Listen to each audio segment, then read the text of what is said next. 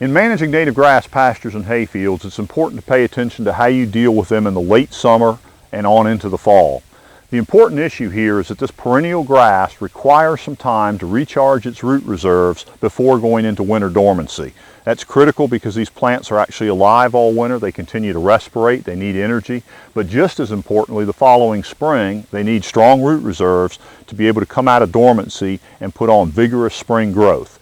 So, the key thing is knowing when to rest these grasses in the fall and how much time they need to recuperate from a summer grazing.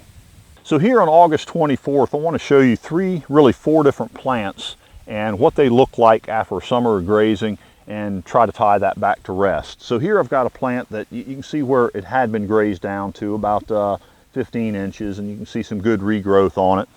Here's a plant that had a lot less grazing pressure on it during the summer and has actually gotten fairly stemmy and gone to seed.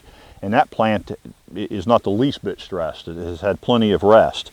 But between the two of them is a plant that's been grazed down really to about 2, 3, 4 inches.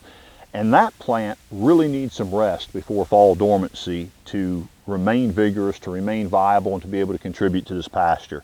So you've got to make a decision what your plant condition is in late summer and begin that rest period accordingly. At a minimum, we want to have about 4 weeks before a frost. The great news right now, we're probably 6, 7, possibly even 8 weeks in front of a frost. So that long late summer rest period can cover up a lot of ills from the summer grazing period and ensure that that stand stays vigorous for the long run.